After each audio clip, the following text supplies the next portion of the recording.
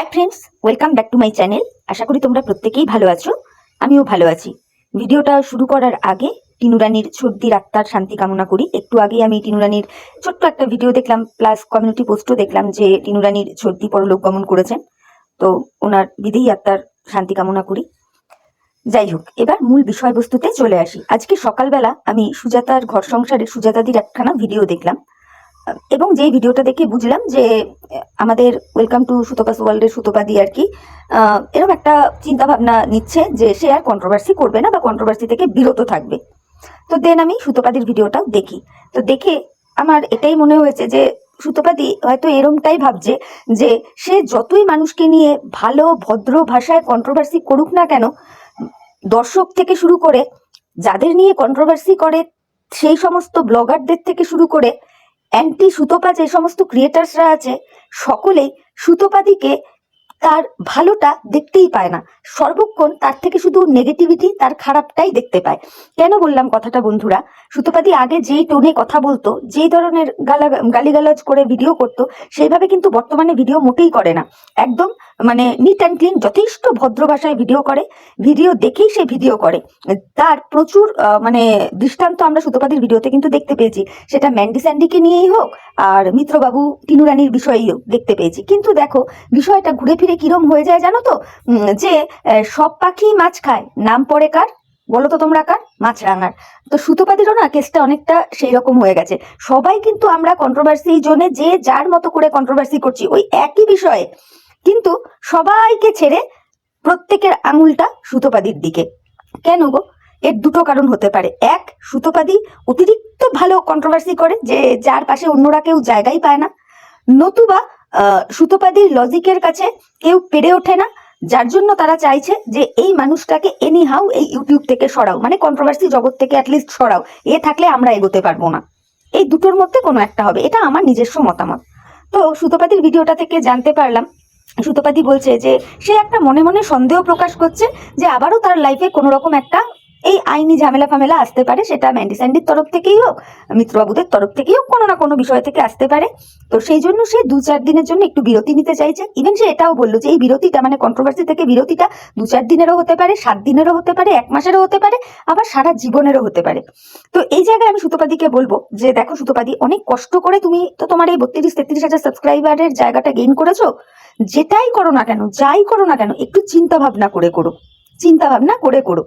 আরো একটা কথা বলি, আজকে সুতপাদি যদি কন্ট্রোভার্সি মানে লাইন থেকে সরে যায়, তাহলে তো বলবো অনেক ক্রিয়েটারের ডান হাতের কাজ করাটা মনে হয় একটু অসুবিধা হয়ে যাবে, যারা তাদের চ্যানেল প্রথম থেকেই সুতপাদিকে বিক্রি করে করে করে একটা জায়গায় নিয়ে দাঁড় করিয়েছে।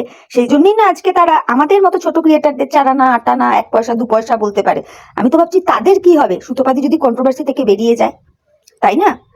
এবার বলি, আজকে আমরা যে কজন যারা আর কি সে নেগেটিভ ওয়েতেই কন্ট্রোভার্সি করি আর পজিটিভ ওয়েতেই কন্ট্রোভার্সি করি, যত রকম ব্লগারদের নিয়ে আলোচনা সমালোচনা এই যে আমরা করি, আজকে আমরা এগুলো করছি কিসের বেসিসে? তারা তাদের ভিডিওতে যেটা দেখাচ্ছে আমরা সেই ভিডিওটা দেখে আমরা যেগুলো বুঝতে পারি সেটা নিয়ে 2-4টা কথা বলি, তাই তো?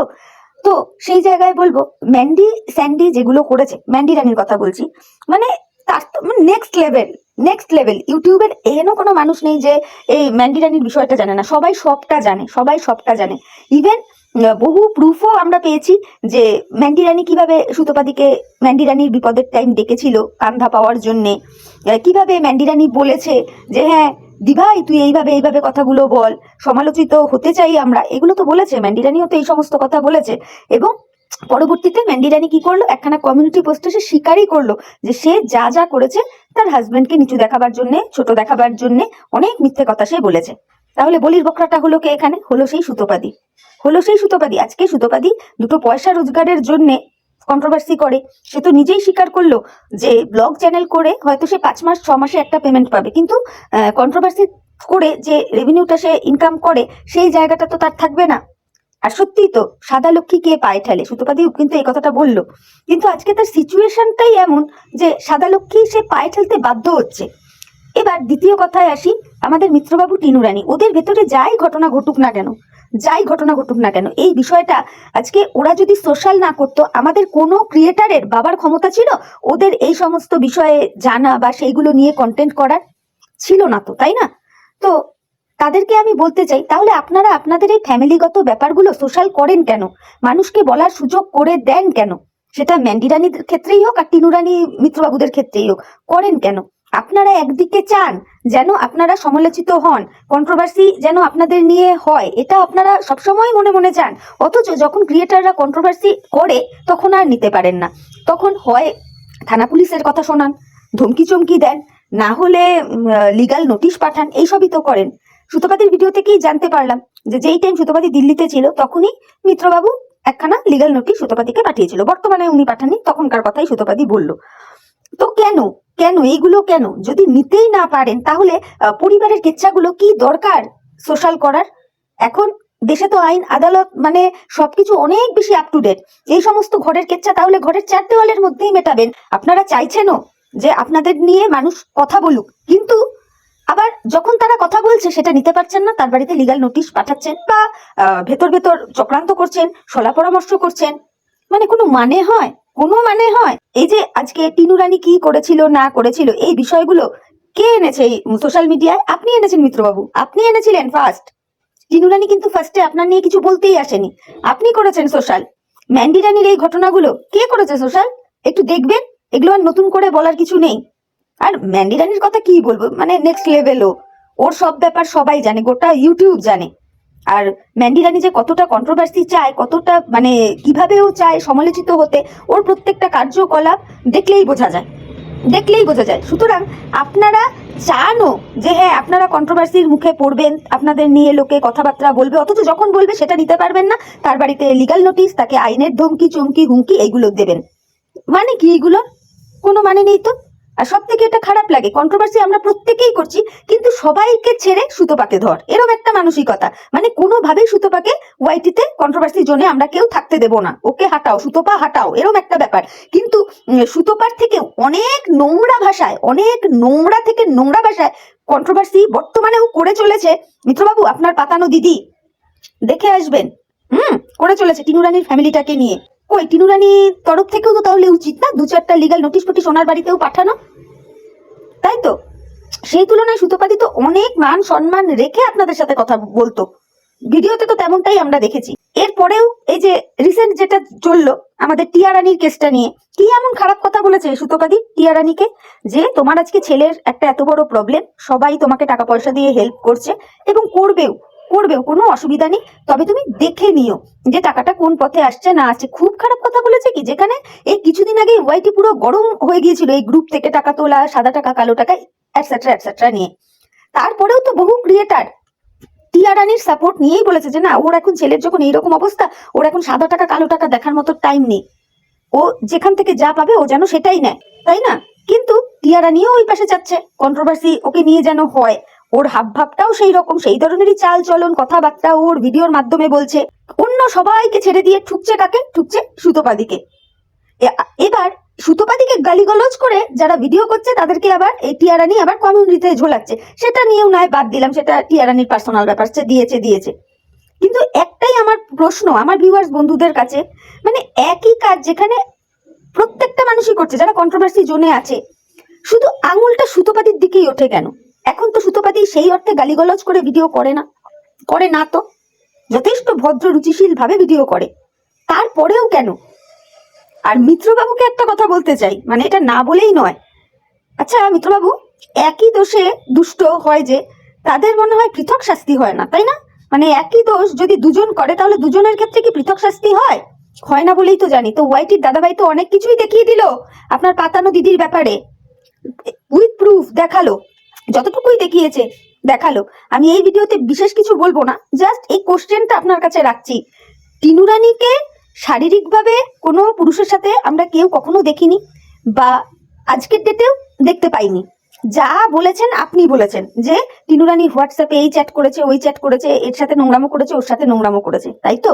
তাকে বাড়ি থেকে বের করে দিলেন, তার সাথে মানে সে হয়ে গেল আপনার কাছে ফেলা থুতু, তাকে আর চারটা যাবেই না, আপনারই কথা। অথচ আপনার পাতানো দিদি কি করে বেড়াচ্ছে বাড়িতে অসুস্থ হাজবেন্ড রেখে, বাইরে গিয়ে তো ভালোই টাইম স্পেন্ড করছে। ওয়াইটির দাদাভাই তো প্রুফ গুলো তুলে দিচ্ছে, তো সুন্দর প্রুফ তুলে দিচ্ছে এবং যথেষ্ট যুক্তি দিয়ে বুঝিয়েই বলছে।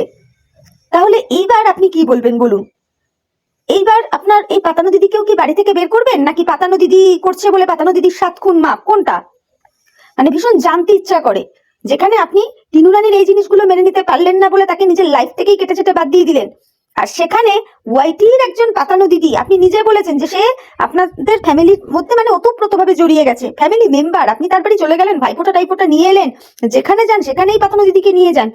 তাহলে আজকে পাতানো দিদি তো অলরেডি মানে এখন পর্যন্ত পরকীয়া রততেই আর রয়েছে, মানে পরকীয়া রত অবস্থাতেই আছে, সে তো ওই লাইনেই আছে এখনো। হ্যাঁ, তাকে বাইরেও তো দেখা যাচ্ছে পরপুরুষের সাথে। এরপরে ওনাকে মানে তবুও চাটা যায় নাকি?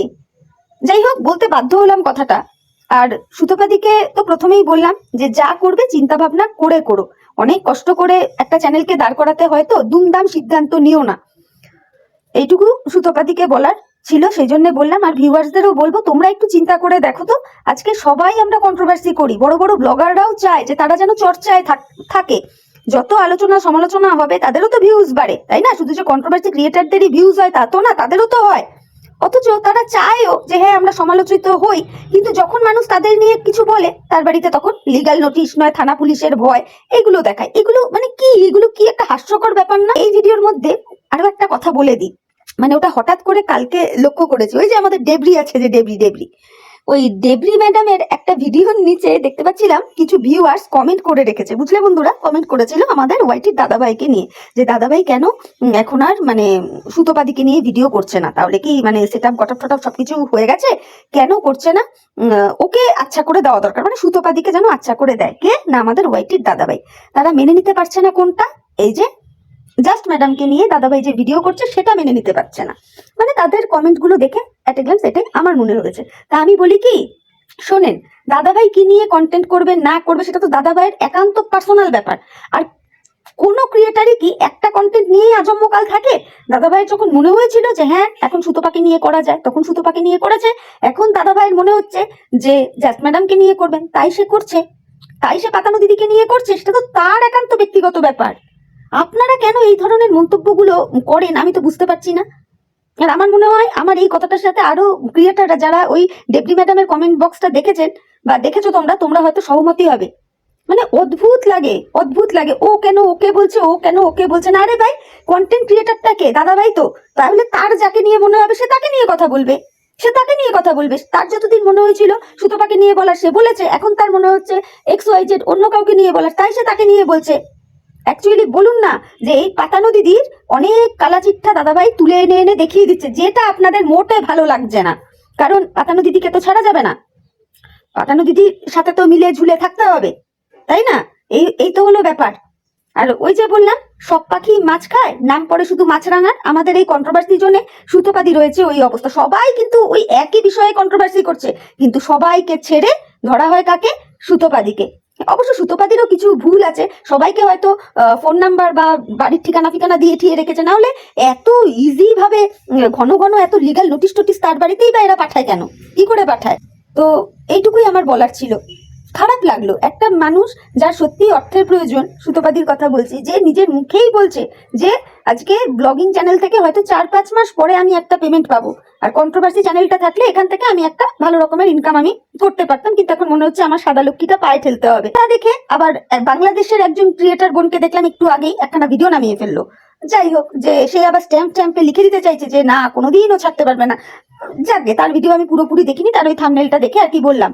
তো এইটা তো কাম্য নয় না। ইউটিউবে সবাই এসছে কিছু করে খাওয়ার জন্য, কাউকে মানে ছোট দেখাতে গিয়ে কাউকে কি বলবো নিজের জায়গাটাকে বড় করে দেখাবো, কাউকে ছোট করব, আমি একাই সব খাবো বাকিরা কিচ্ছু পাবে না, কাউকে ইউটিউব থেকে হাটিয়ে দাও, এই ধরনের মেন্টালিটি কেন?